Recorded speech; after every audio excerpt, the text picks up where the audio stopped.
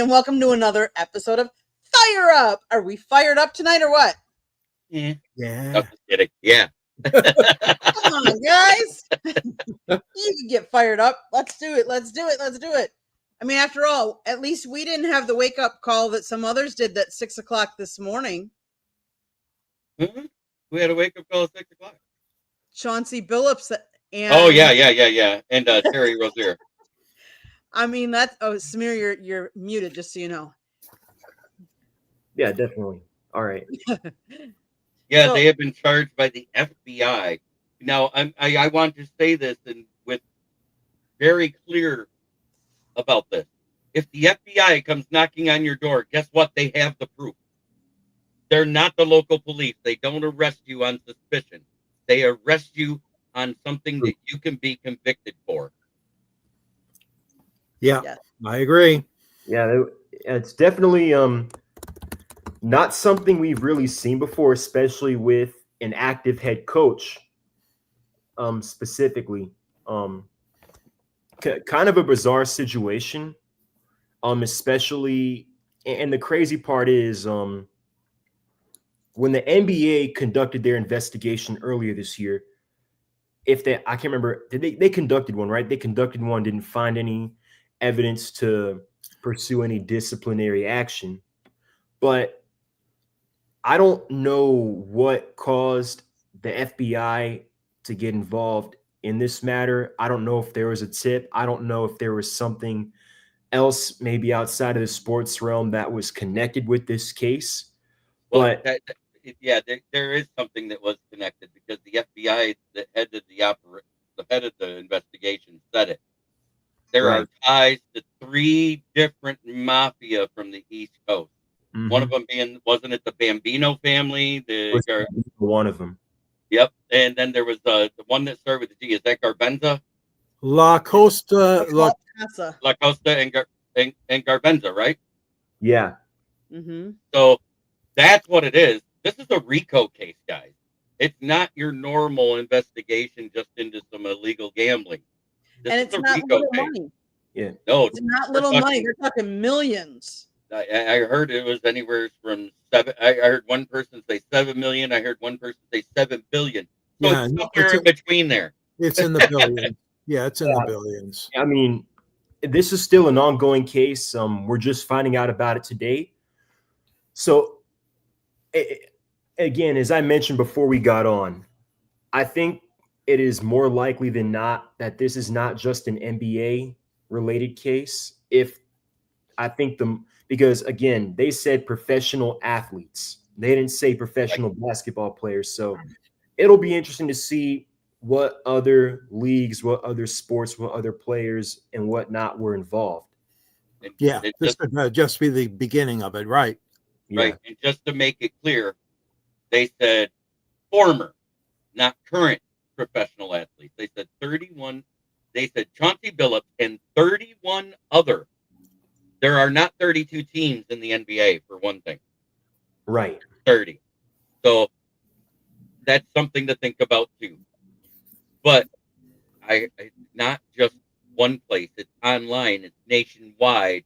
It's actual card games, not the online stuff. Well, and let's bring it all, full circle. I mean, not only is Portland coach Chauncey Billups charged for the high stakes card games in Vegas, Miami, Manhattan, and part of that's why the FBI is involved, because it involves multiple states. That's part of it too, and the Hamptons. But Heat guard Terry Rozier was accused in a second scheme to concoct fraudulent bets by exploiting confidential information about NBA athletes and teams. Now that's going to get to that's a whole different level. Like it's one thing to be, rigging a game that you're playing, but it's another thing. And we talked about, like, that's the whole reason why Pete Rose isn't in the Hall of Fame. He bet on his he bet on his team. They're talking about disclosing confidential information so people can make bets and make money off these bets. Yeah. Exactly. Like, the players find out, what is it, like 6 hours before the game. I mean, obviously, I guess it's something like that. It's before the public does. They have access to knowledge before the public. Is what I'm getting at. They also have because they practice on the floor 1 or 2 days because let's face it, the NBA, it's not just one game and you go away. You play 2 or 3 games in that town when you're in town. So that means you get a chance to see schemes, something they do in practice. What if they're telling the scheme, hey, this team uses this? You can beat that. The other thing is both these men are facing money laundering and wire fraud conspiracy charges. And they're expected to make their initial court appearance later Thursday. They also arrested former NBA assistant coach and player Damian Jones, who is charged with participating in both of these schemes. Damian Jones, yeah, he's a former Detroit Piston, and of course, Chauncey Billups is a former Piston, as we know. This is just very serious stuff. And the people in Detroit that have known Chauncey and loved him as far as being a player and as an athlete, total shock here in the Motor City right now, because Chauncey Billups would have been one of the last names we would ever hear to be involved in some crooked stuff like this.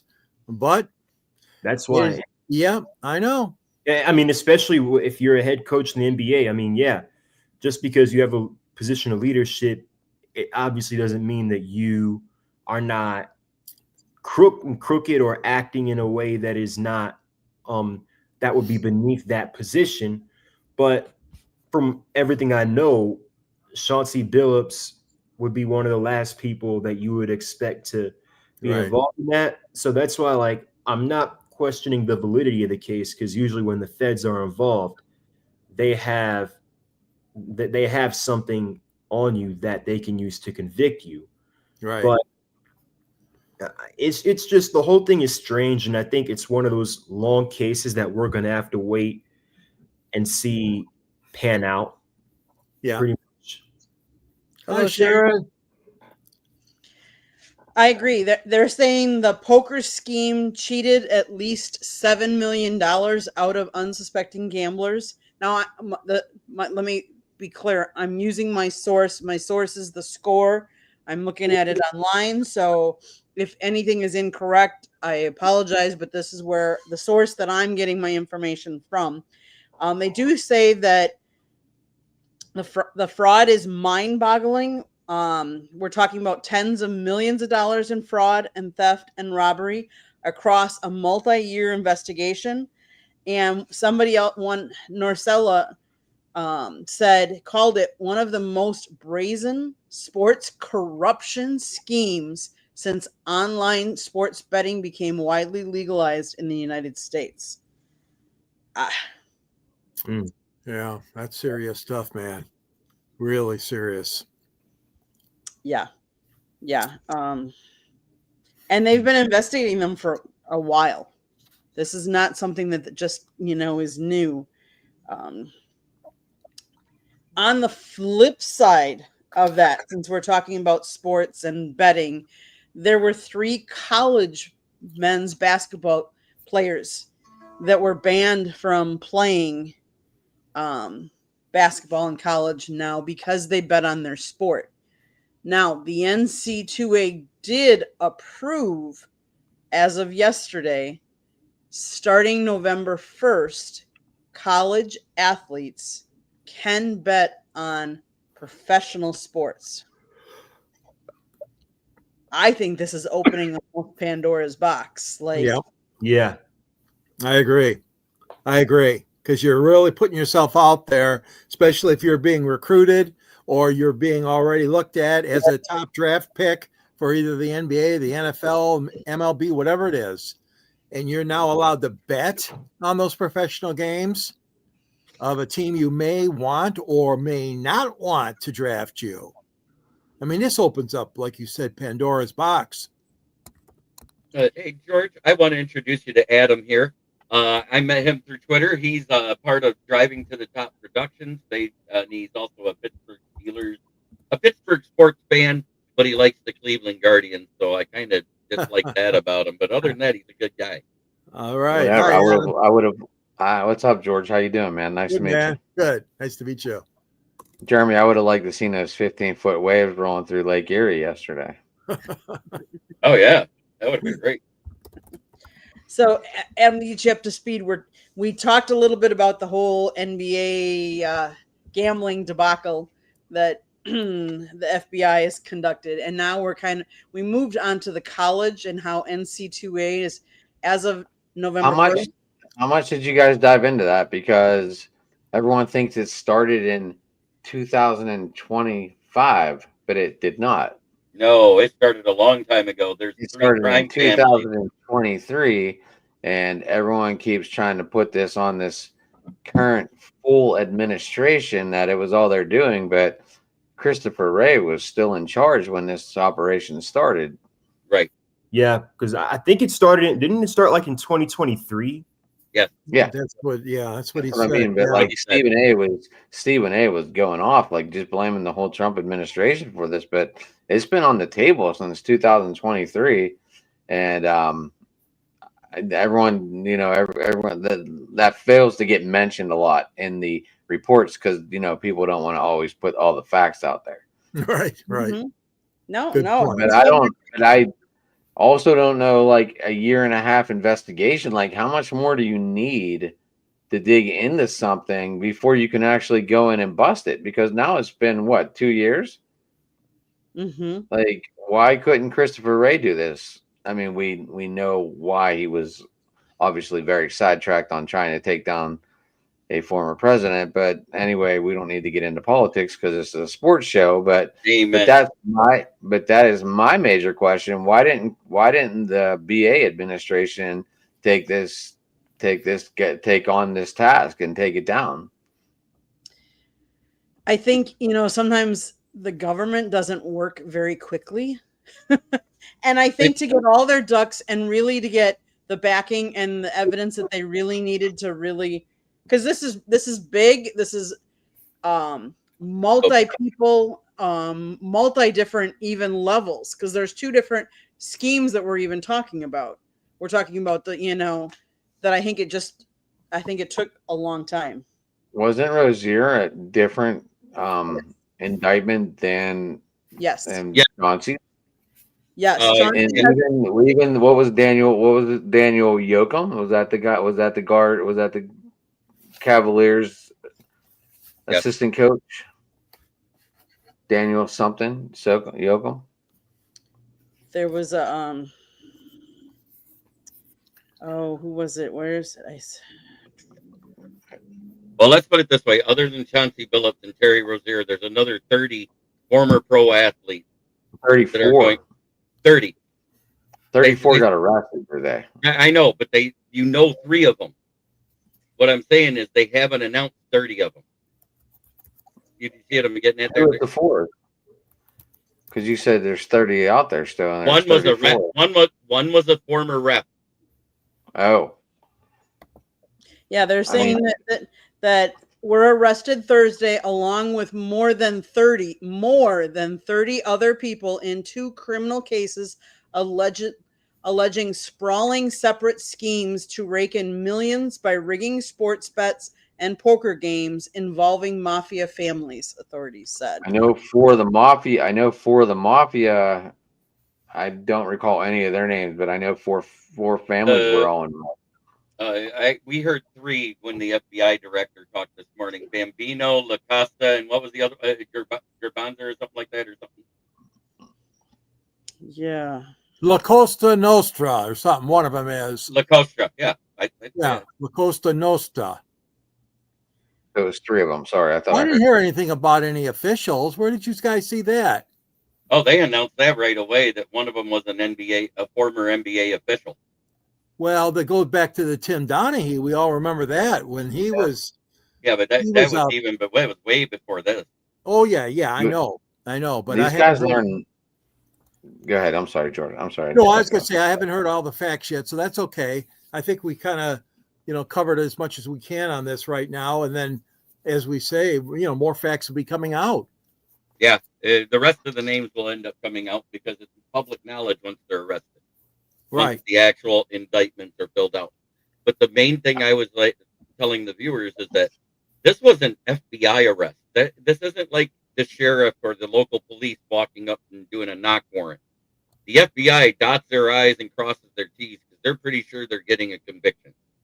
You remember the It- NBA wiped this under the table whenever it first came out 3 years ago too.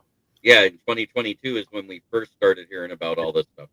Yeah, because And the I NBA just remember go hearing ahead, it sir.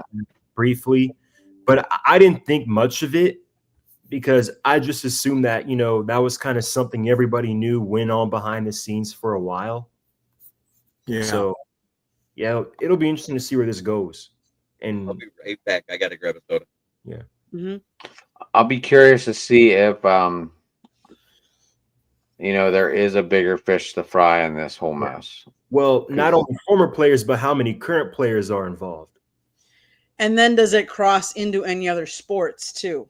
Like Oh, we've well- heard all just NBA, but my Oh. guess is it's not just NBA. Yeah, I mean, I would not be I mean, surprised what- at all what- if you had Major League Baseball players involved. You had What do you mean? We had I'm sorry, Smear. We had the major ones this year with Colossae and Ortiz. Right. So, well, there was also another very prominent baseball player who kind of threw his buddy under the bus because of some financial dealings, but that's another discussion for another day. So, Was it a translator? yes. Mhm. Oh yeah, we know that case. That got really washed really quick. Yeah, it did. And I don't understand how you wouldn't notice $8 million missing from your bank account. And I don't care how stinking rich you are. It's like if you have a couple hundred missing from your bank account and you notice it. Right. Like the couple hundred to us is like 8 million to Shohei. Right. Oh, I said his name. Am I allowed? That's fine. It's all out there. Alright. So, Must be talking about Shohei's translator. That's I only caught part of the conversation. yep. Right. We're just like, how does Shohei not know? Like, how does he not know that there's If you actually betting read going it, on? he said he was way behind on some previous gambling debts in Japan, and he asked to borrow the money to pay the debt. That is what came out. Okay. Boy, if they let that wash under the wall, then that Yeah. means they should have let Bonds' the whole not peeing in a cup wash under the wall too. Yeah. Never Oh, failed a boy. test. He never failed a test. And then we went from there to how the NC2A now is, as of November 1st, going to allow college athletes to bet on professional sports. And how I said that's opening up Pandora's box, especially for, let's face it, kids. All of a sudden, here's $4.5 million because you have NIL money, and now you can bet on sports. Have you had any classes on protecting that money? Like, I mean, you think about all these people that win the lottery and then they go broke, and I'm kind of scared that they're allowing this now. I think the biggest one is people forget to pay taxes on that money. Yeah. That's part of it. I think That's right. that's how a lot of these millionaire winners go broke. Yeah, and it's kind of something you've heard about for a while, like for maybe a decade or so. But one thing that a lot of people talk about regarding high school course requirements should be, there should be a class that is required on how to manage finances, on how to manage money, because there are a lot of people that don't know how to do that.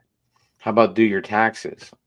Yeah, well, that's part of finances. Right, but I mean, there's. Oh, I'm sorry, Jim.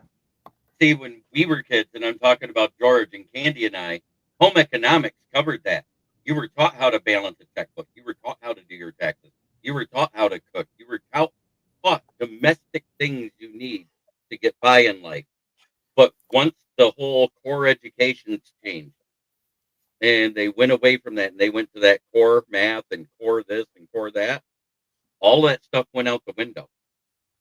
Well, and I'll be honest, I had that in history. One of my history professors, he sat there and he went around the room and he gave you a job and he said, okay, this is your salary. and granted, this was a little different back in the day because we actually still had newspapers and you could look for jobs, look for apartments in the newspaper. And he would be like, okay, now look for an apartment and make a budget.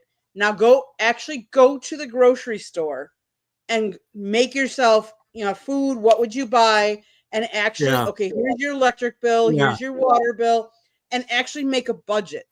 And they don't do that anymore. Right. That was part of our home economics class Right. before I graduated in '88. Yep. Mhm. That was high school. It was offered where I went to school too, called Denby High School in Detroit, Michigan. And the home economics, and you're exactly right. It took you through the economics of balancing a checkbook and spending money and coming up with a nice budget. So you and your family had a budget. Nowadays, who knows what these kids get? I don't know if they Right. get enough of anything like that. Right. It And I- does teach you that, but it doesn't teach you how to how to keep your money and prolong it, like how to Right. make it grow. How to- It just taught you how to spend your money now. All of a sudden, these kids are getting thrown all this money, and what do they know what to do with it? Right.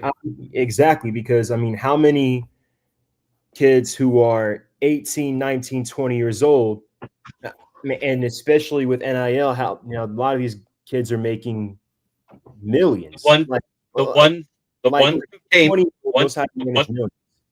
the ones who came from rich families are the ones that know what to do with their money because Yeah. they're taught it handed down.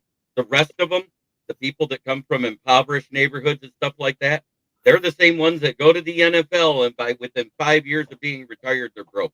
Bro. Yeah, and that's one thing that I feel like a lot more universities should have, especially for college athletes who are making NIL, because a lot of these athletes don't know, or well, they grew up or they come from areas where they didn't get hand-me-downs, so they don't know how to manage money and how to manage finances. So I feel like a lot more of these universities need to have support systems, and I'm sure they do. I'm sure a lot more of these teams are starting to have that, but again, I feel like that should be something that's kind of a norm, if Right. anything. Right.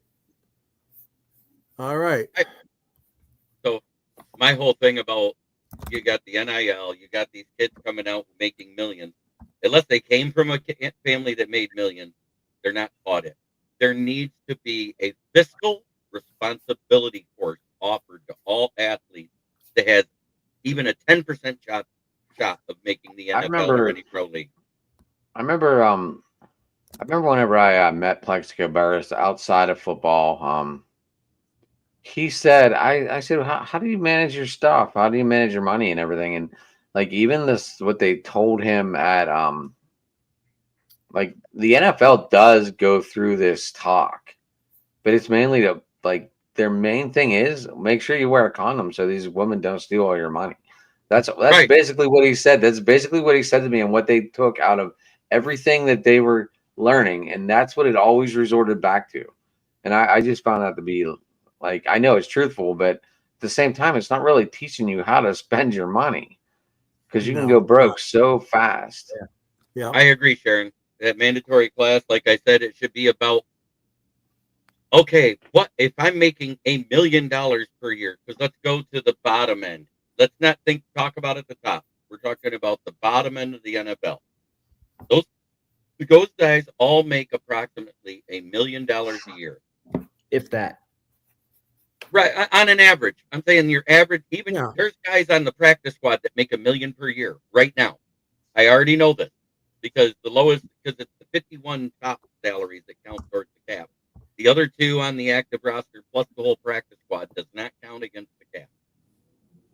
So anyways, what I'm saying is if you make $1 million, you should put at least 15% into some type of retirement fund. And if it's not a retirement fund, go through a fiduciary and get yourself a mutual money marketing account, which has a monthly yield that's guaranteed anywhere from 0.5% up to 4% per month. That way you are setting yourself up for success. True. Very true. I agree. I've seen too many of, and it doesn't even have to be for just athletes. Like this No. class really should be for everybody because you're eventually going to get out in the world. You're going to have a job, at least hopefully you will, and you're not living off the That was government. the crazy thing. 1988 was the last year that home ec was a requirement to have before you could graduate. And what's significant about 1988? It was one of the last years you had $3.35 an hour as minimum wage in the state of Michigan. Your average baseline apartment at a slumlord with all utilities paid was $400 a month, which means if you busted your butt, you could pay your rent for a month. Mm-hmm. Yep. Okay, we're gonna swing it over from gambling to what does everybody think about the World Series, and I want you to make a prediction of who you think is going to win in how many games. But your thoughts on, and whoever wants to go first can. Dodgers in 5. I'm gonna say got- Dodgers in 6, and I think it's fascinating not only because it is with the Blue Jays now, a team that I think going into the season, not many expected to be there. Because the thing about the Blue Jays is they've had talent for a few years now.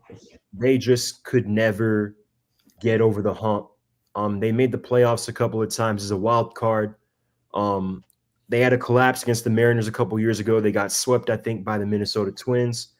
They missed the playoffs last year. Then kind of felt like everything went together this year. They think they had a first-year manager. They added a couple improvements into their bullpen. So it felt like the talent they've had for a couple of years now finally came together. And I do think they're gonna win 2 games. Not so it'll be the Dodgers will take it in 6. Okay. I think these Dodgers pitchers are well rested. They really didn't play all season. I'm saying the Dodgers go 12-1 this postseason. Oh, wow. Wow. Well, I think that we're going to have a hell of a series, and I'll tell you why. Because the Dodgers did not run away from anybody this year, but they gained a lot. And I say that because of the challenges they got from San Diego, San Francisco, in that division of theirs. So even though they weren't as dominating as some people look at right away and say, oh, yeah, they're going to sweep this, sweep that, the chances are that they've gained a great edge, like I said, in this particular season, where they had injuries, where they were facing obstacles, where they weren't winning every series. Heck, they got swept in a number of series during the summer, as we remember. Dodgers lost 3 in a row to so-and-so? Yeah, they did. Hard to believe. Milwaukee Brewers or whoever played them. Now, the Tigers, my team, lost all 3 of them. Remember, Jeremy? The opening week of the year, we couldn't even get a doggone win out there in L.A. But all that, and then Toronto, fascinating. What kind of environment do we have right now? U.S. tension against Canada, right? Canadians don't want to come to America to visit anymore. I think this is so appropriate and ironic that we got an American and Canadian World Series. I love it. And I just hope there's no booing for our anthem, and our fans, please don't boo the Canadian anthem, because you guys know that has to be sung before every one of these 7 games. I'm going to go with Dodgers in 6. George, I understand you're talking about the Dodgers and the regular season. The Brewers were 6-0 against them. And then look what they did in the NLCS, 0-4. To Adam's point, all of their pitchers were on the injured list for a bit of the season. A bit. They had 8. I think they had 32 starting pitchers at one. It felt like in 1 month. Exactly. And I know there's only 31 days. I know but it felt like you never knew who was starting for the Dodgers. Other than Shohei Ohtani, all 4 of their starters that was behind them in the rotation did not get healthy till 2 weeks before the end of the season, which is why they were finally able to stave off and do something and get to the playoffs. Yeah. That's what Adam meant by those pitchers are well rested, because they only pitched a fifth of what they were supposed to in the season. They figure they're like Oh, almost in June, June ready Yeah. right about now. And they've had off since what, to Saturday? I don't even know when was the final game. They've had off that many days to get more rest. Wasn't that Friday Friday when I wrote the article? Yeah, but they can Oh. that can backfire on you too, having too much rest. The Yeah. Tigers had that happen against them, and they played the Giants that one year.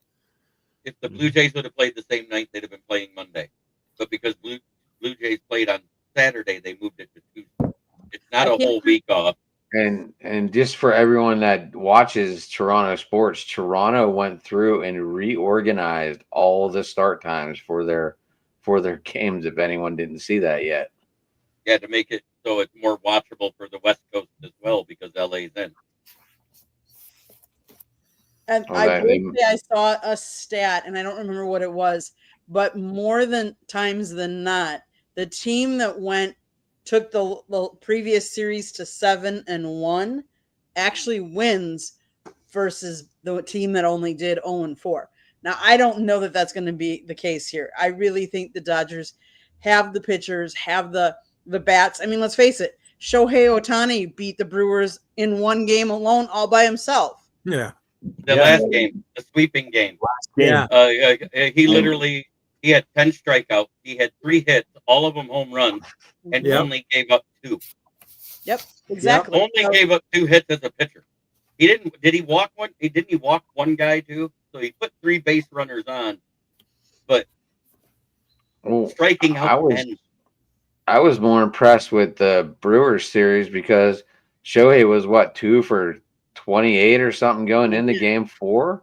So the Dodgers right there and like throughout that whole series showed that they can still win even when Shohei is not shown up. Correct. So- Mhm. Yeah. When, you're right. Well, his whole postseason, was very weak until that breakout game. until that breakout game, he was batting 130 for the playoffs. There you go. Thanks, Jeremy. Here's another one for you. Eduardo Suarez. And I've heard all of the Detroit media that's on the airwaves talk about how we should have traded for him. Do you know what he batted from the All-Star break when he was traded until the playoffs started? He kind of had a little bit of a slump, I think. A little bit. Yeah, He was 178. In other words, he was 32 points lower than the average of the Tigers baseball team. And everybody says, oh, he'd have helped us get to the playoffs better. We might have been able to stave off losing the division. Well, He I think batted worse than our worst player. in that well, stretch. yeah, that gets into the whole other subject about did Detroit do enough? They did not do enough to try to boost that team, I know. that lineup. I just hate when I hear we should have got Suarez because he hit a grand slam in the playoffs in the series after us. Guess what? He had 3 hits the entire series versus the Tigers in 5 games. Yeah, I know. Okay, with that I being get irritated by stupid stuff like that. no. I mean, I just think the Dodgers are going to take it. As much as I would love to see Donnie baseball, like let's face it, he's in the World Series now as a coach. Love to see him get a ring. I don't see it happening this time. As much as I would love to see him get a ring, and for any of you that don't know, you can go to the South Florida Tribune YouTube channel.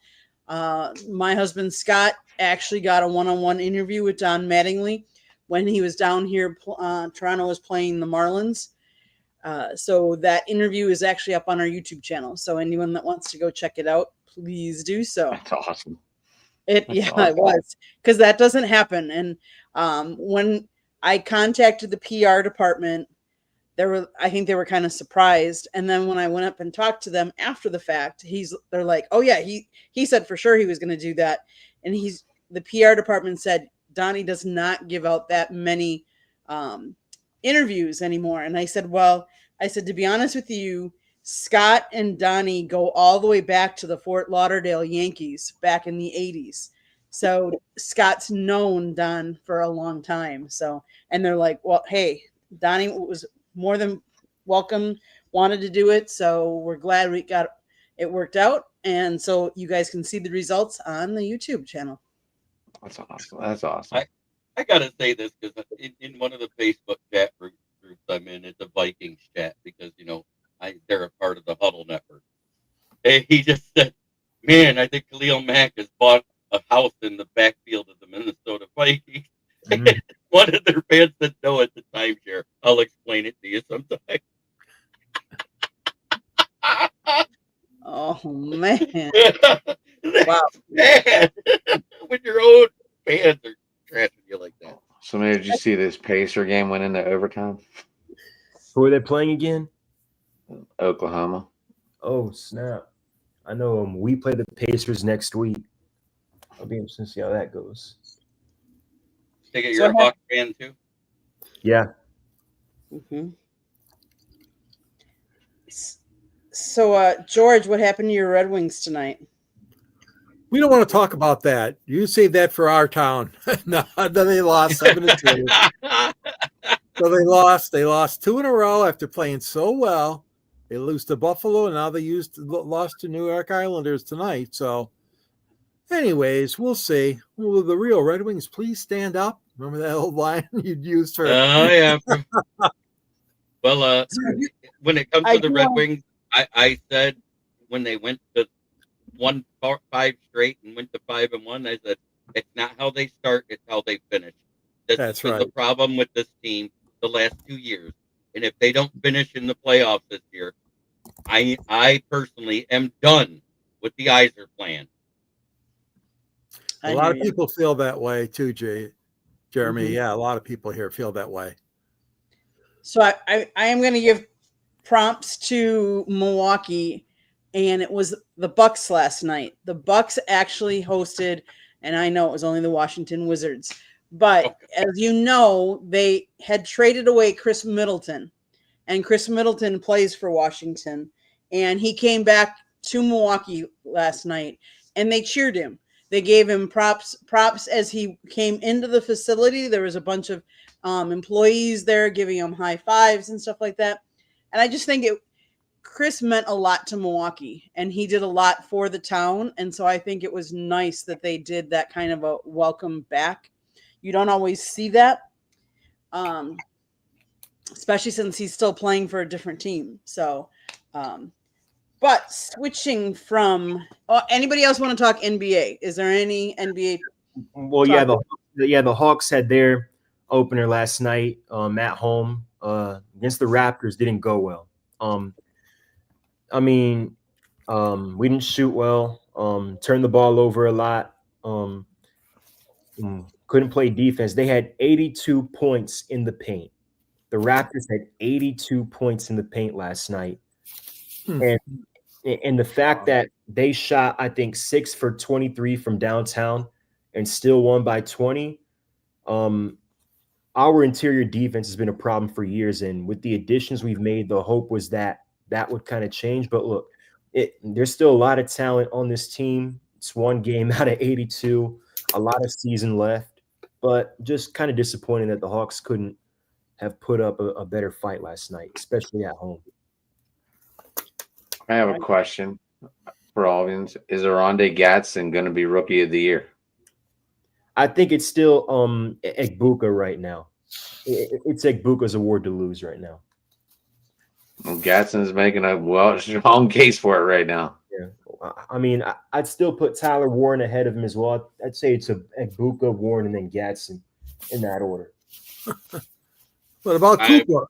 Cooper, did you say? Cooper who? Cooper who? Yeah, Cooper. I got the name wrong. Okay. I was like going Cooper. Flag. Oh, that's college. He was talking pro. No, I was talking NFL. Yeah.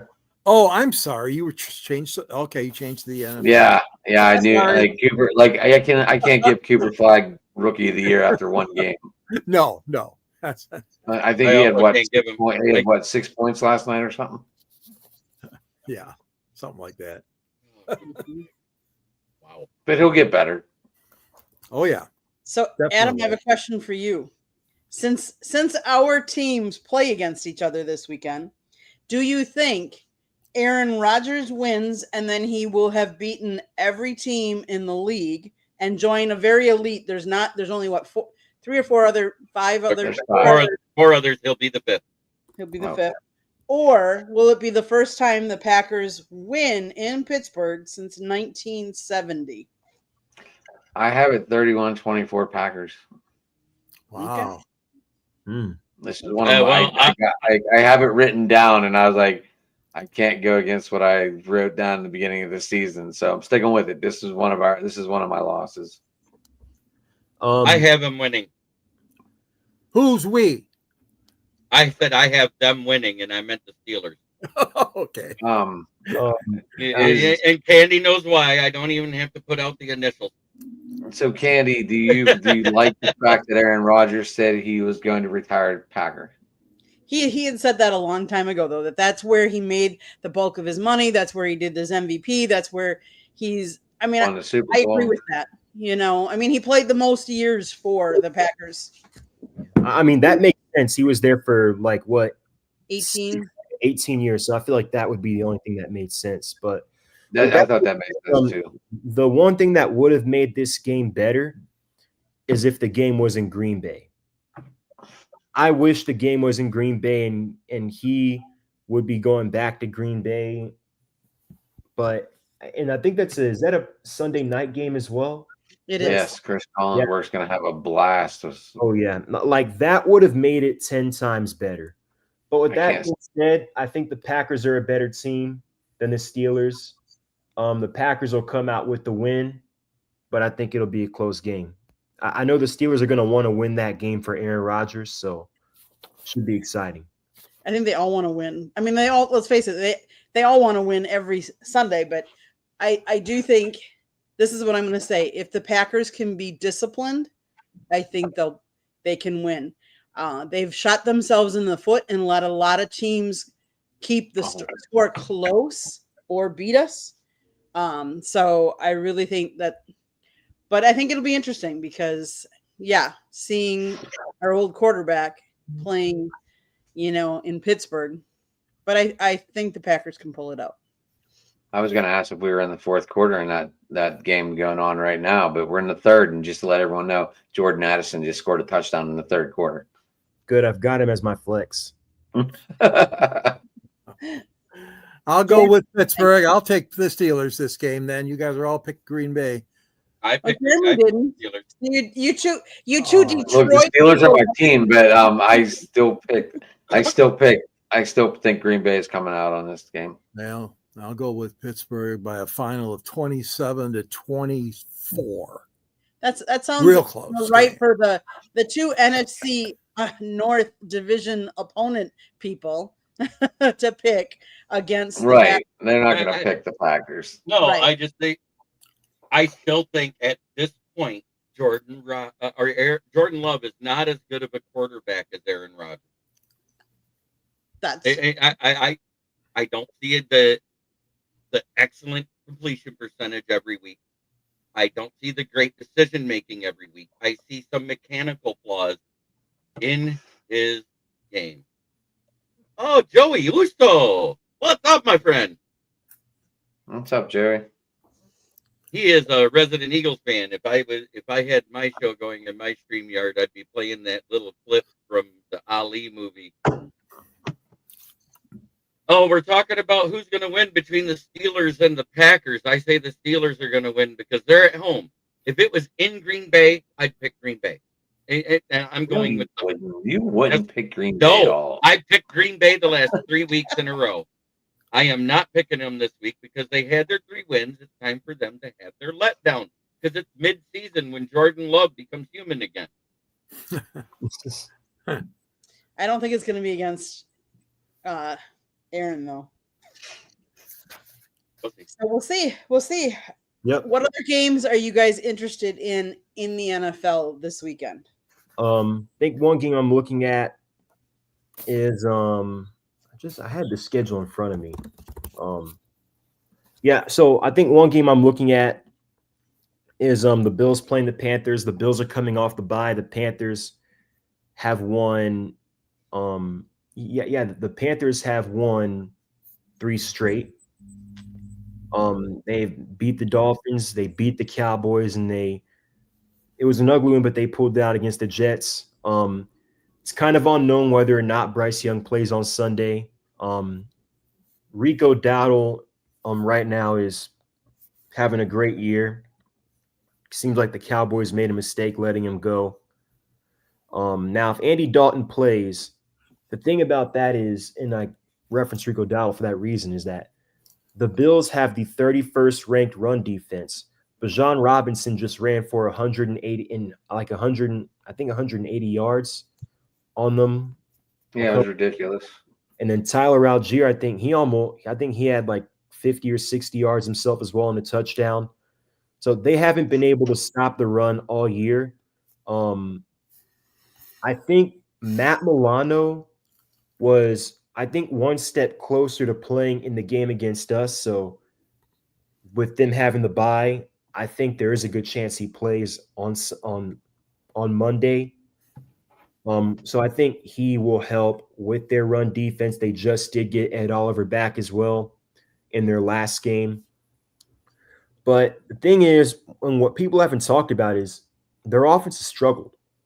In their last 2 games, which are losses to New England at home and then, of course, at Atlanta, they've turned the ball over 5 times. And Josh Allen has accounted for 3 or 4, I think 4 of them. It had a fumble and a pick against New England and 2 interceptions at Atlanta. So he hasn't played necessarily well. And I think their issue with the Bills, and one of the things outside of their run defense that's going to stop them from getting over the hump in this wide open AFC again, is there is no true number 1. And if they were to go after something at the deadline, that would be getting a number 1 on the outside.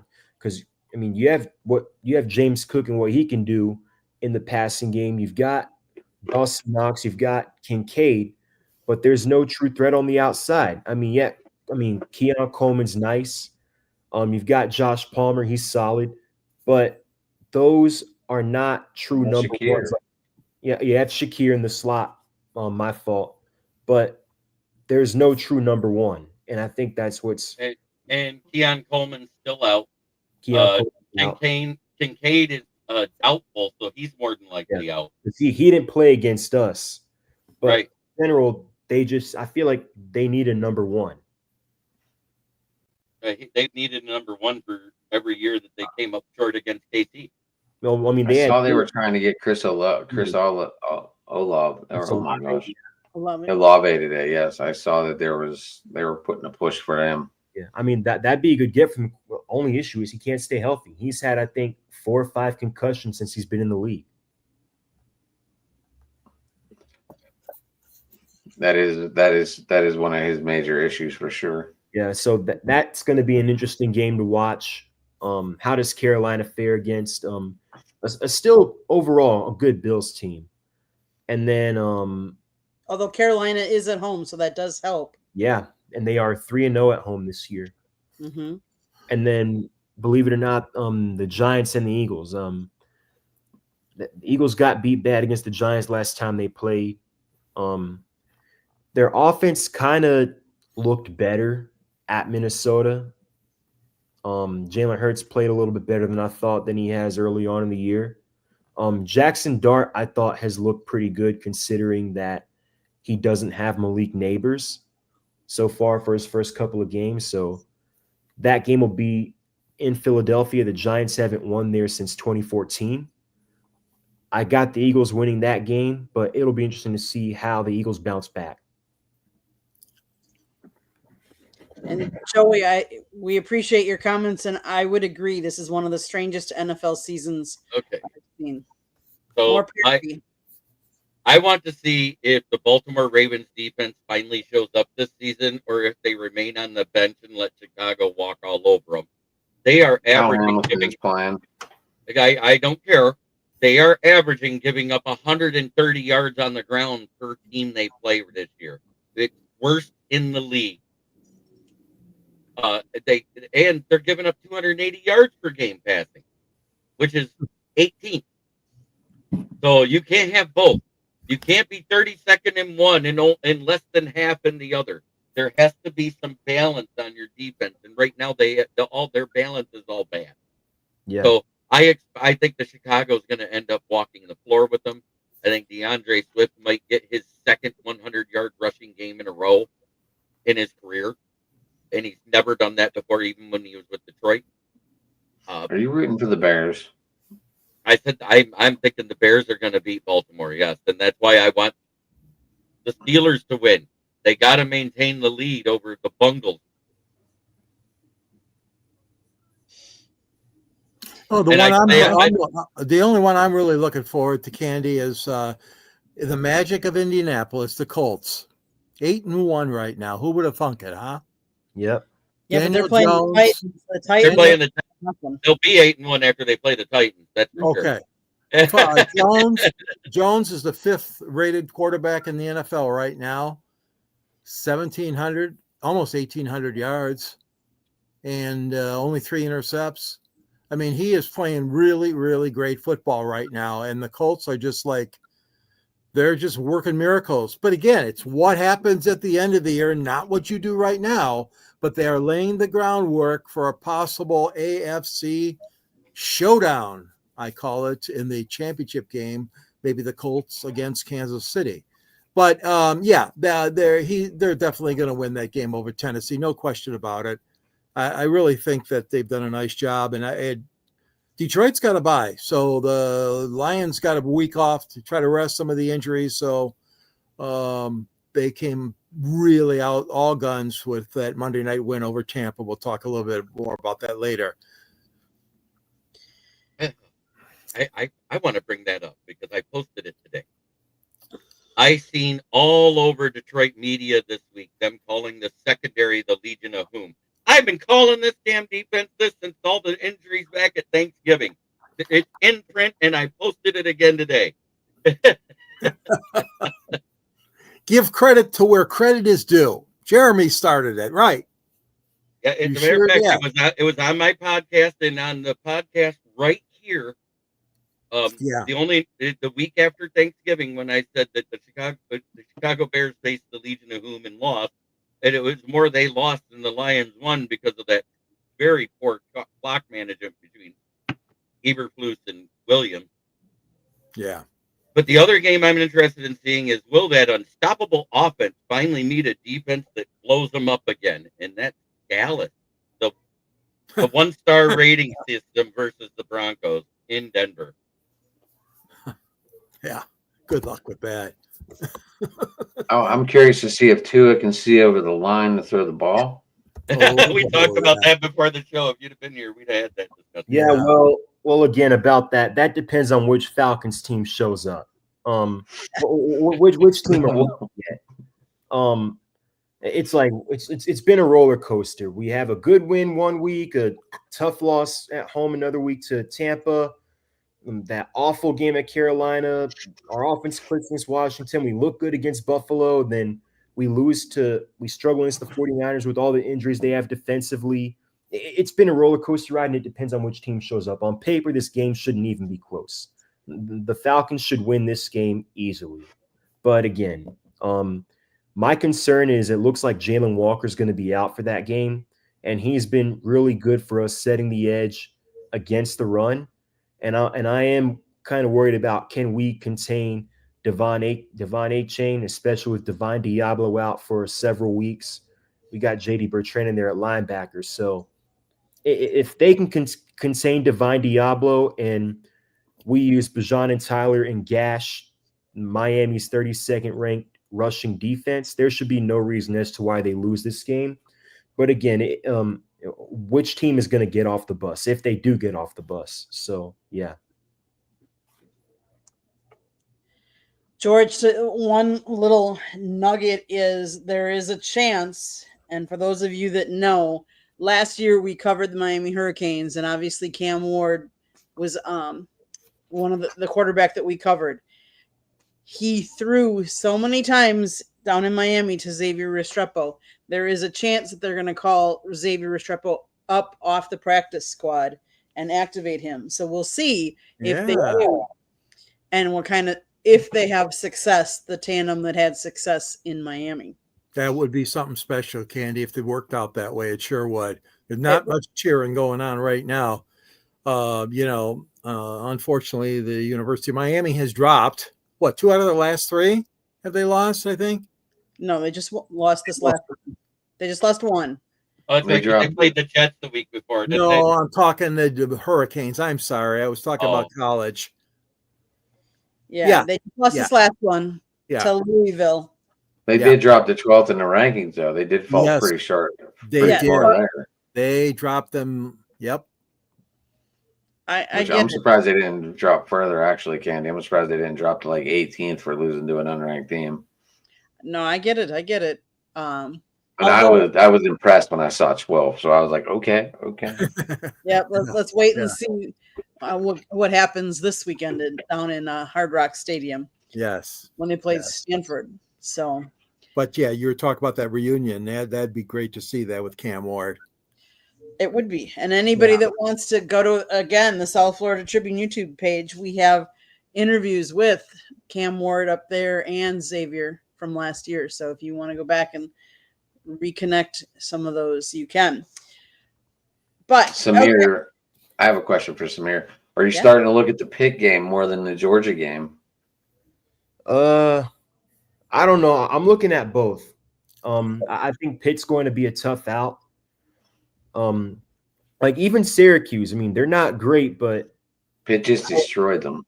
yeah, but I don't know. But it was all in the fourth quarter, Samir. So don't, Pitt won that game mainly in the fourth quarter. They did not look good for 3 quarters, and in the fourth quarter they finally woke up.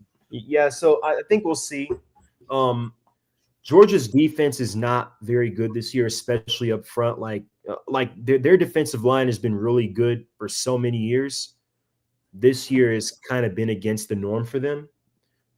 They can't run the ball. They really had a hard time stopping the run. Their offense woke up in the second half. They had to come back and beat Ole Miss last week.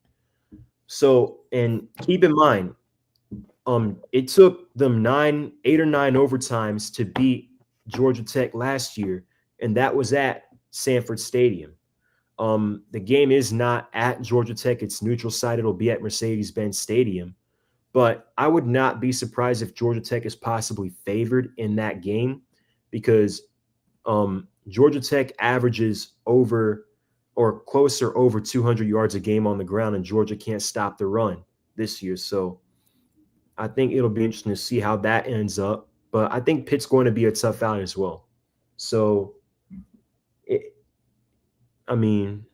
definitely a lot of games to be played before they get to the ACC championship and, of course, the playoff. But, yeah. I think I'm just curious, like if there's going to be a strong Pitt showing, since Pitt to Atlanta is a pretty just one-stop shop. Yeah, it's possible because and I don't think this is a good example because the Steelers fan base does have a national following. It's not just Pittsburgh, but every time Pittsburgh comes not only to Atlanta, but anywhere, any stadium they play in, it's basically a home game or a neutral site game at best. Their fans take over virtually every stadium. Now, I don't know if that's going to be the case for Pitt football.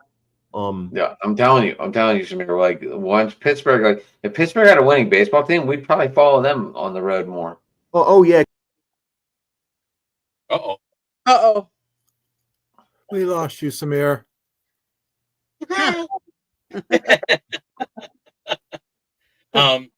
That being said, the game I'm looking forward to in college, and I'm going to challenge him right now: Little Brother versus Big Brother, right here in the state of Michigan. You The bet. Paul Bunyan Trophy. I Yes, challenge the Spartans to score 14 points. Because my God, they lost 4 in a row at 27 points scored against them. Did I lose you guys?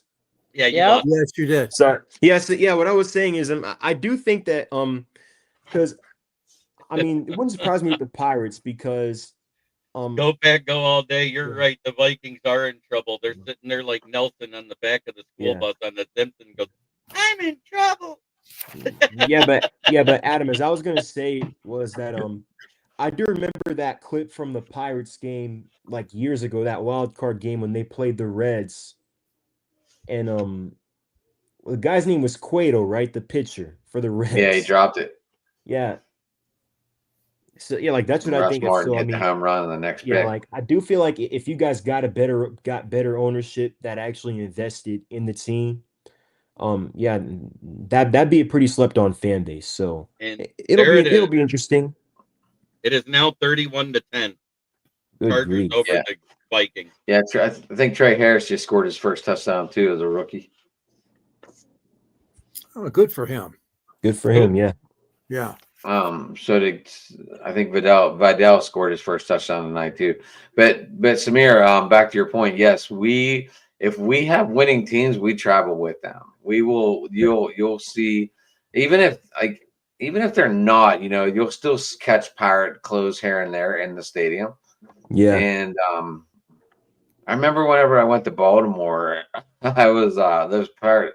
I just went there to see Camden Yards, and there was a guy in a Jason Bay jersey. I'm like, okay, I guess I could have worn my Bay jersey, or one of my Pirate jerseys, but I didn't because I didn't even know I was going to go to the game actually, but I ended up going. So, but it was cool. I ended up seeing someone in Jason Bay jersey.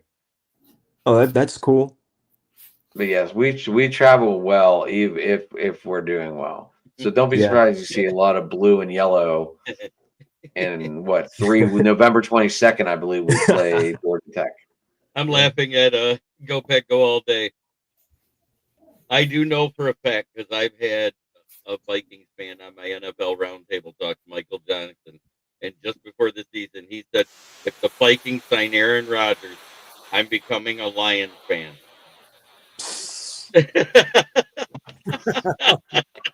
Better than JJ McCarthy. JJ McCarthy's not in. It's Carson Wentz. I'm just saying, Aaron. I don't know. I never been. I think they made the mistake of letting Darnold walk out the door because Darnold's looking pretty good for the Seahawks. I mean that he is, and that's one thing I was wrong about, or the two things I was wrong about this offseason were that and the Colts' decision to move on from Anthony Richardson to go to Daniel Jones. I was wrong about both of those things.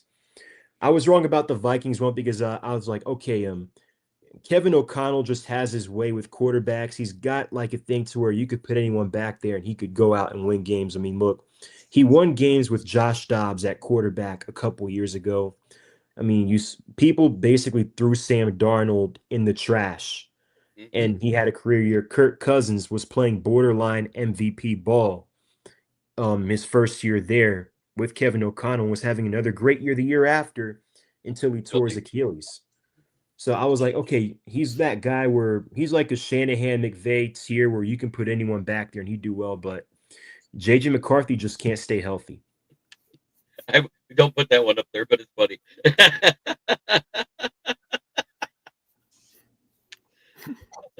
I can't address what you said by repeating it, but I agree. He does need the protection of a good O-line. Yeah. Yeah, the Vikings O-line, they're injured and they haven't been good. So right, 31-10. Yeah. Christian Watson's made of glass too. Mm-hmm. Yeah. Oh, Candy has talked about Christian Watson being made of glass with me before. It's horrible. I'm sitting on my IR and I'm like, do I finally just release this guy or? Yeah, he's good when he plays. He's gonna come back, but yeah, they're talking about bringing like that he's healthy. I think so. Yeah, he's been in limited practice for the last week. Yeah, Candy, I haven't heard much from him, but how's Matthew Golden been for the Packers? He's doing well. He's starting to come on. Yeah. Yeah. I know. I just, will he make it through the game or won't he? That's the question with Christian Watson. Marshawn Lloyd is made of glass. This is the problem when somebody finds a workhorse type of back out of college, one that touches the ball more than 400 times a year and runs for 2 years. Ollie Gordon. Like Marshawn Lloyd, they end up being hurt a lot of their NFL career because everybody's stronger, faster, and bigger. Mm-hmm. So, Samir, to your point, Golden has 18 receptions for 249 yards, averaging 13.8 yards, but he has not had any touchdowns yet. So that remains to be seen. So it'll be interesting to see. I still think it's a little bit of Jordan Love is comfortable with who he's comfortable, the guys he's played 2 years in a row with, versus Right. whether or not Golden is good. Right. I agree with that. I think he's getting more comfortable with him, and I think it just depends on who if he's getting open too. According to the stats, that's his first interception for Wentz today. The other one was Justin Herbert throwing an interception. Interesting. Yeah. Yep. Mm-hmm. Yep, they both have. Oh yeah, I raved about Golden's hands coming out of college. Mm-hmm. I think what stood out about him was his route running as well. He's a really good route runner, I know, at Texas. That's why they're using him in the slot, that and his size. Mm-hmm. True. Yep. Okay. I think it's anything more, or I think it's time for my town. So We can talk about my town. So who's going to go first, Samir? Yeah, I'll go first. So the Braves are still going through their managerial search. Chipper. No. I just don't think he'd make a good manager. A good hitting coach, yes, but manager, I just feel like I don't know. But I mean, there have been some candidates that have, based off of what I've heard, kind of have been some surprise front runners. It doesn't seem like it's going to be Walt Weiss, which I thought would be the case considering their tendency to kind of go in house. Seems like it's going to be Danny Liam. I think he's the Dodgers bench coach. That's one candidate I've heard. George Lombard played for the organization. Has connections to some of the players and some of the people on the coaching staff. And then Eddie Perez. He's been on the coaching staff for several years. He played for them for several years as well. So it seems like it's going to come down to those three. Disappointing opening night for the Hawks, as I mentioned, against the Toronto Raptors. 20-point loss, 82 points in the paint. Not something you really want to see given the offseason additions we made. Falcons have Georgia Tech. First off, this is their homecoming weekend. They play Syracuse.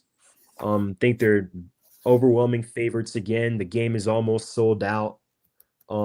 They reached 50,000 capacity for the first time since 2015 in their last home game against Virginia Tech. I expect there to be even more, maybe close to a sellout, if not a sellout, on Saturday, given that it's homecoming weekend. Are you going? And then I'll be there. I'm going to be covering it, actually. And then, as I was going to get into, as I mentioned earlier, must-win game for the Falcons at home. This is a game they have no business losing. The Dolphins, no reason to listen to the Panthers either, but I think the Panthers. This is worse. Yeah, this is worse. The Dolphins, people talk about coaches losing the locker room. That team has quit. They've shut it down. And honestly, Tua can't see over the line. He can't throw the ball. Well, no, he admitted that. He said it on. He said it on. Do you listen to these weird Tua press conferences, guys? Yeah. And then Mike McDaniel's like, well, let's just not throw 10 interceptions this week. They've packed it in. So there is absolutely no reason as to why you should lose this game. If you win at home, you take care of business, you're 4-3. Tampa Bay is banged up. I expect them to take care of the Saints, though. Carolina's got a tough out with Buffalo. So if you win and you get help from either New Orleans or Buffalo, you're back in it. But the thing is, you've got two really tough matchups on the road at New England, and then overseas in Berlin, or not Berlin. or Munich against a very good Colts team. So it doesn't get much more than a must win than this one. If you lose, then I think Raheem Morris's seat is going to go from warm to hot. And things could get very interesting. You could be looking at 3-6 after those next 2 games. So you win, everything's fine. You lose, things could get very interesting. And it just depends on which team shows up. And that's it for my town. Adam, you want to go? Sure. So on the Penguins in the My Town section, Crosby passes Lemieux for the all-time points leader in the franchise history. Just to let everyone know, Crosby did it in 600 more games than Lemieux. Right. So In perspective. and right now they're 5-2, third in the Metro. The young core and the old core are mixing up very well, and that's why we've had a very strong start. The Pirates got Will Robertson from the White Sox today. This is big news here. I don't know why. And Skeens made the USA All-Star Award. They had another collection trophy. I don't know did they give anything for that, or is it just a All-Star Award? What do you mean?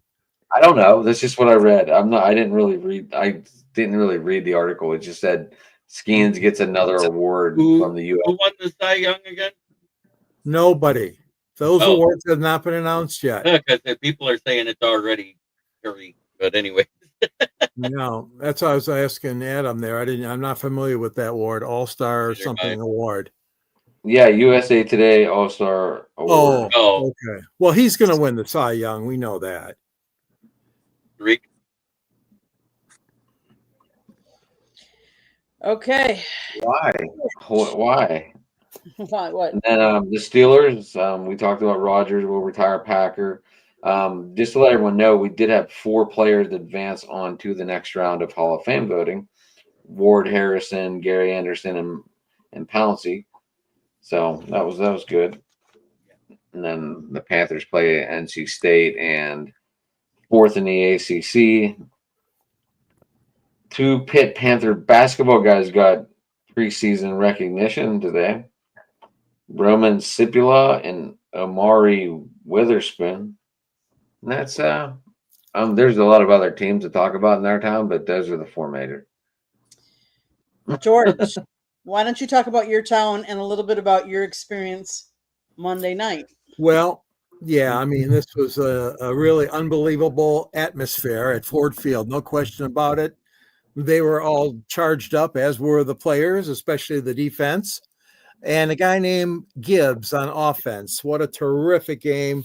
As I know, Jeremy, you've talked about since Monday night's game. Just dynamic, 78 yards. Is that what it was? 76-yard run. 78-yard run. Yeah. What's real significant about that, when they did that GPS track of his satellite chip in the shoulder pad, he hit 22.2 miles per hour for the fastest running back this year. I heard that. Yeah, that's amazing. That was really amazing. And, the linebacking core, of course, Jack Campbell did a fantastic job. I mean, the place was just dynamic, as you know. Baker couldn't even get enough time to obviously quiet down any of the crowd whenever they were trying to snap the ball. And, of course, Ali McNeil came home, and that was great. Finally, he's back as a stalwart on the defensive line. I think they're going to really, really need him. The double and triple teaming Hutchinson so much. But I guess that's okay, because if other guys could step up, you can't have 3 guys on one player, right? Yeah. And, the other question mark, though, Jeremy, I felt was, again, not too much Jameson Williams. I mean, there's so many things that he does away from the ball, as we know. But as far as his stats goes, he was only a target twice. Right. I found that one drop, and the other one was an errant throw that ended up being the interception because it was short of him. Yeah. So, it wasn't that horrible of a throw like everybody's saying it was. If you look, he was on target. The guy made a great play jumping the route. So I'm not going to fault that too much. What I wanted to talk about is an interesting stat I saw. Jahmyr Sure. Gibbs just played his 39th game, and he just scored his 38th touchdown. You know who's the only other Lion to do that in 39 games? Sanders? None other than the GOAT, Barry Sanders. Yeah. Wow. So he's hitting that elite level that I said that he could. Because remember, when I was asked about him after the draft that year, I said he has a little bit of that Barry-esque thing. And then we watched Inside the 10 when Barry rode with him. He goes, "What? I used to use you on Madden as a kid because I didn't have a PlayStation. I didn't have a Xbox. I had a Super Nintendo playing Tecmo Bowl 3." And he's absolutely right. There was two guys unstoppable on that game at running back.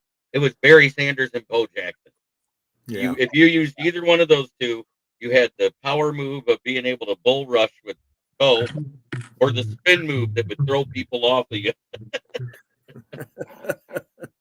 Yeah, that's some great company. Oh my God. Yeah, Gibbs was just sensational.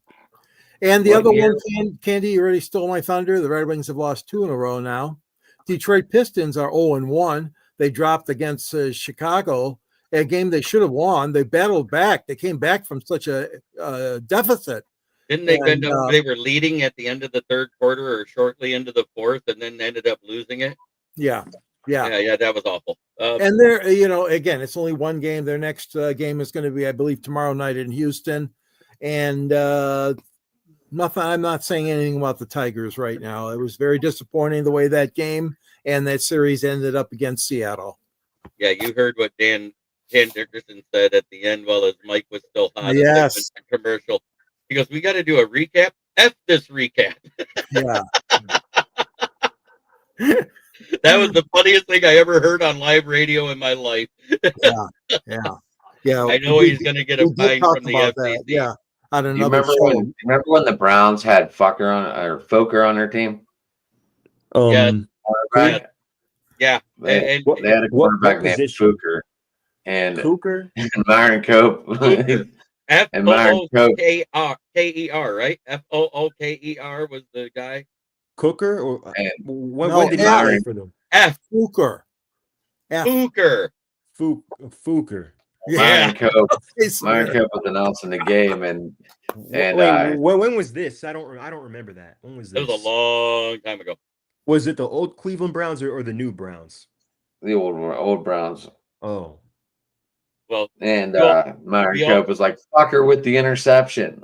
yeah. Well, you guys know that it was Washington Redskins versus the Kansas City Chiefs the last time that John Madden was on CBS with Pat Summerall announcing a game, right? I don't remember what game it was, but yeah, It was that game. yeah. Because what happened was Reggie Rucker intercepted Joe Theismann. And Reggie Rucker starts running it the other way, and he goes, "Look at that effer go!" on live TV. And that was the last time he worked.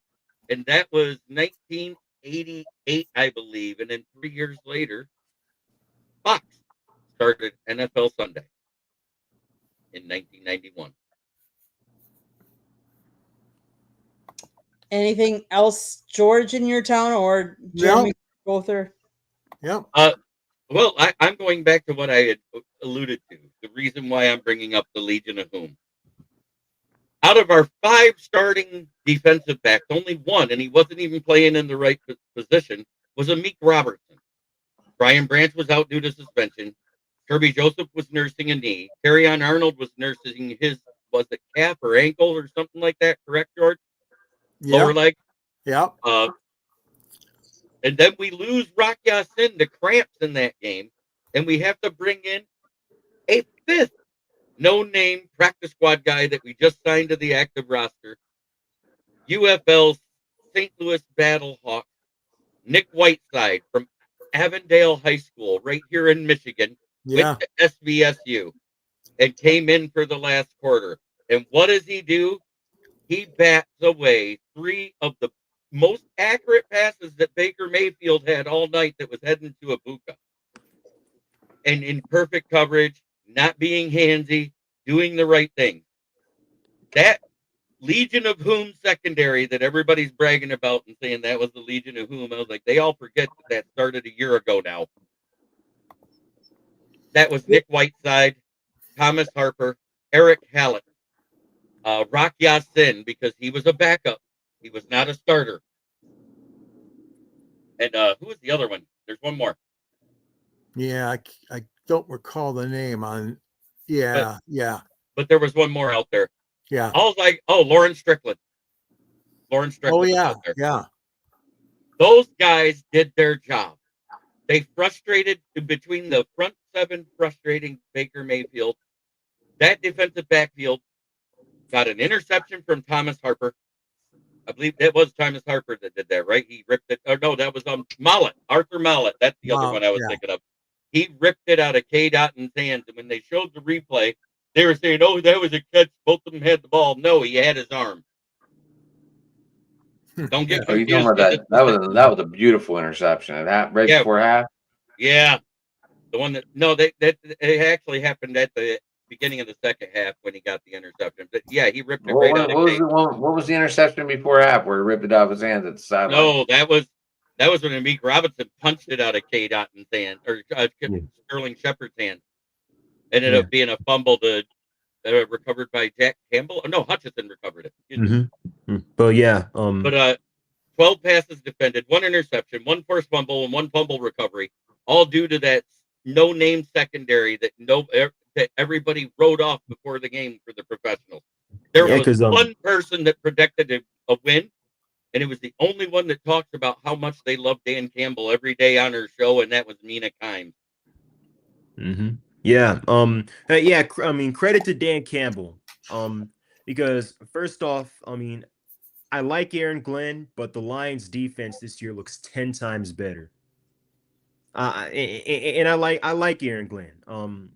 It's unfortunate that he ends up having to coach a terrible organization, but the Lions defense looks a lot better. A lot better. They're a lot more aggressive. Yes, and that's exactly what I wanted to see this season out of him. I wanted to reserve judgment. I said, if he uses a spy 3 times in the first game we play the Bears, because Caleb Williams likes to roll out, and also against Lamar Jackson, I said, he will be 10 times the coordinator of Aaron Glenn on accident, because in the 4 years that Aaron Glenn was here, he ran a spy 3 times total. What about your town over there, Candy? So, well, I know we've talked about the Packers going to Pittsburgh.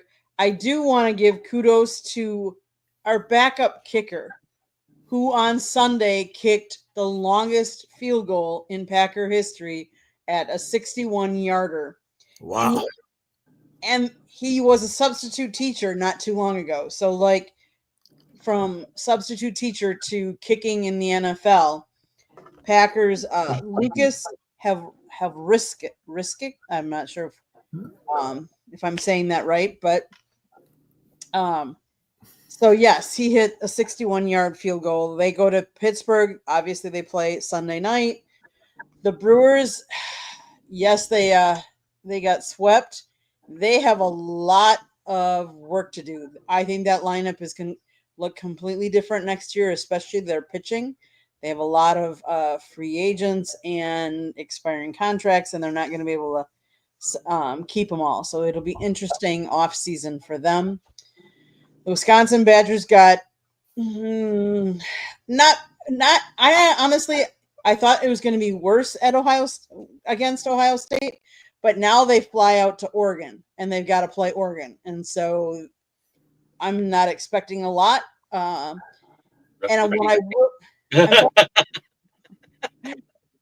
what I will say is, for all those people that are saying fire Luke Fickell, I'm going to say only fire him if you can, 1, afford his salary, and 2, if you have a clear person that you have in mind to bring in that's going to do better. Is this year 2? This is year 3. Is it year 3? It is. So he's 1 year away from having a full roster turnover from what he originally had, not including transfer portal, correct? Right. That's the year that should matter to colleges. Them getting rid of a college coach before year 4 makes no sense. in my opinion. I understand. So- I understand. I have a quick baseball question. Yeah. So is this the start of something big that the Giants just hired the first college coach to go straight from college to the MLB? How big of an impact do you guys think this is going to be on everything? I don't know the guy's name, but he did win the World Series in 2024. Yeah, I mean, I definitely think it's unprecedented for baseball, and that's Mhm. why it's kind of hard to tell because it's so different from football, basketball, where I think NFL teams, it's kind of like you normally don't hire coaches straight out of college as NFL head coaches because dealing with 20-year-olds is different than dealing with grown men with families. But baseball is different in the fact that it's really more about managing personalities. I mean, yeah, you have to manage, you have to know how to manage a bullpen. That's the one thing. You've got to know when to pull guys out and change lineups or do things differently or adjust when things aren't working. But majority of being a baseball manager is about managing personalities. But when you get to the playoffs, that's I think when you really know where you have to we're managing a bullpen because the games are a lot more low scoring where you got to manage a bullpen. You got to know when to pull guys out. You got to know when to pinch hit guys. It's a lot more complex than managing a game in June or July. So to be determined.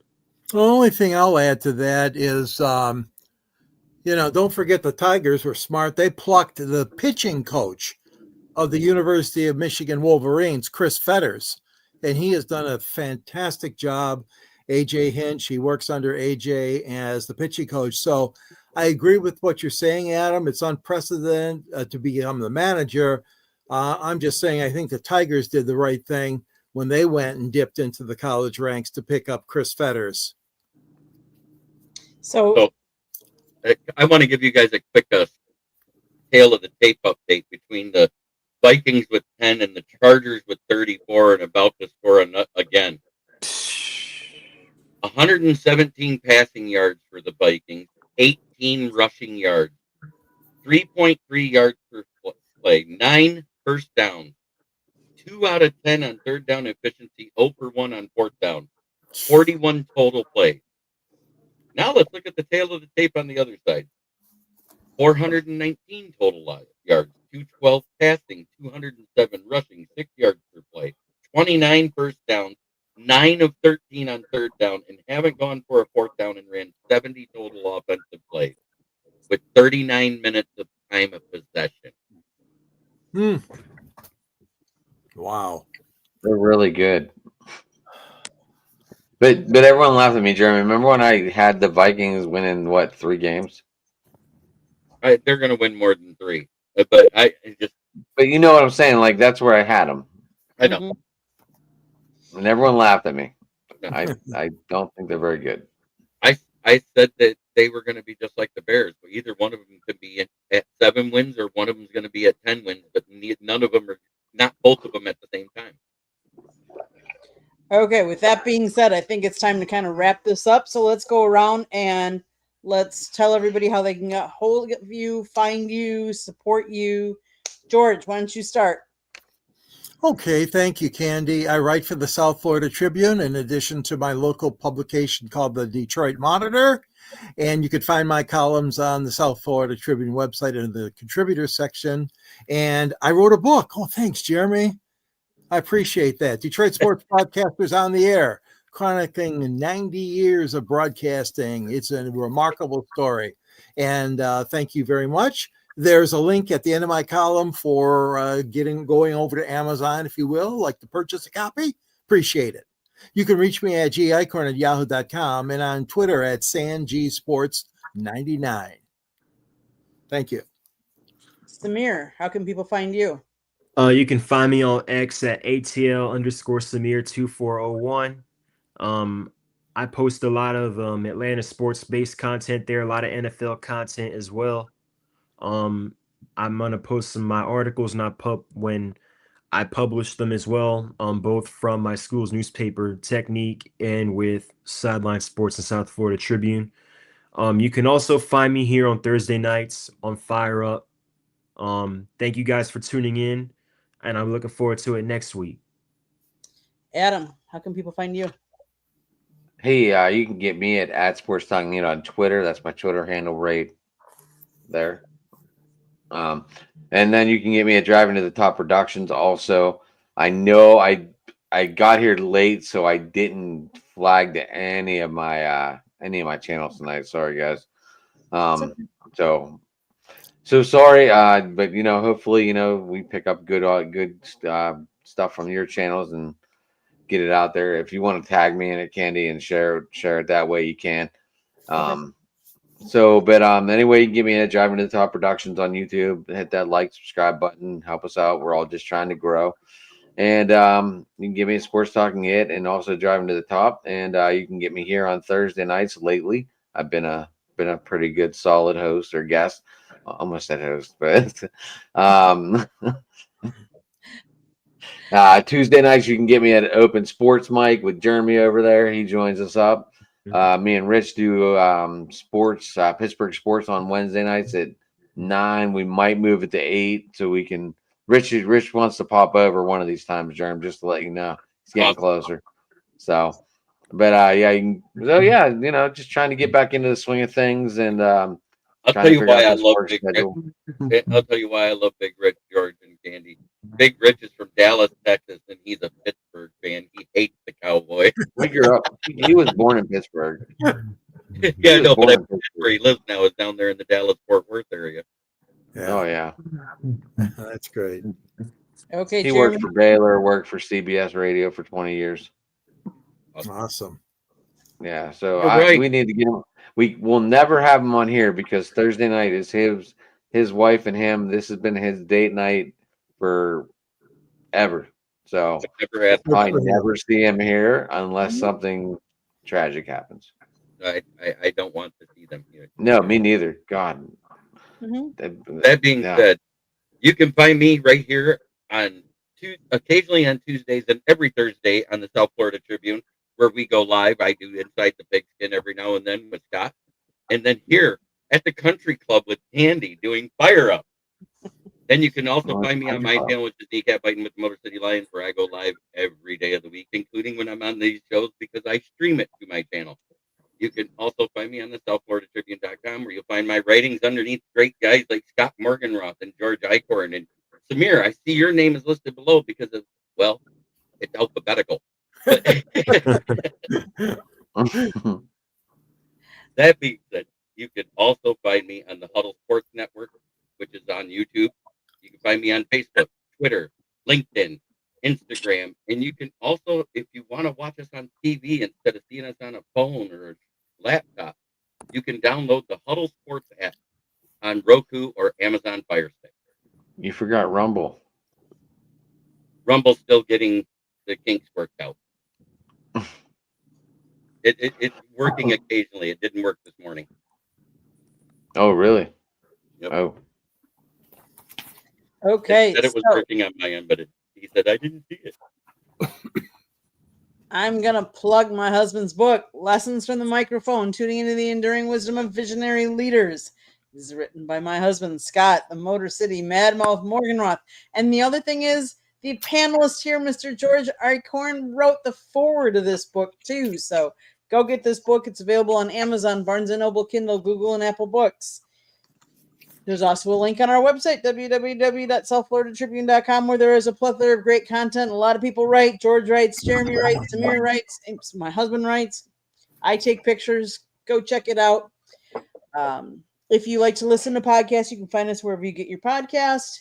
If you want to advertise, you can call Scott 954-304-4941. And if you want to be a guest or have topic ideas, you can always email us at southfloridatribune@gmail.com.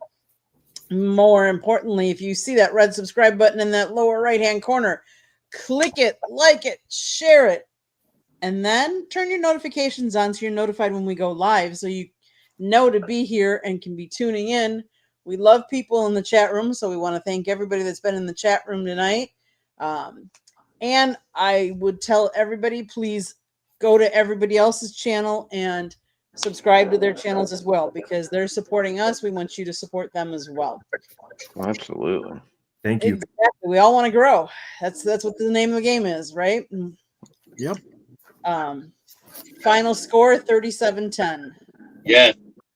The Vikings defense is probably curled up in a corner of the locker room going, they just scored again. Jeremy, you want to end us like you always do? Try every day to be a better person than you were the day before, because that's the only way to make the world a better place. It starts right here. Much love to everybody in the chat. Thank you, George, Candy, Samir, and Adam for talking sports tonight. And let's try not to talk about that illegal gambling stuff. Let's get into actually some point spreads and do some real gambling and see how we can make ourselves some money.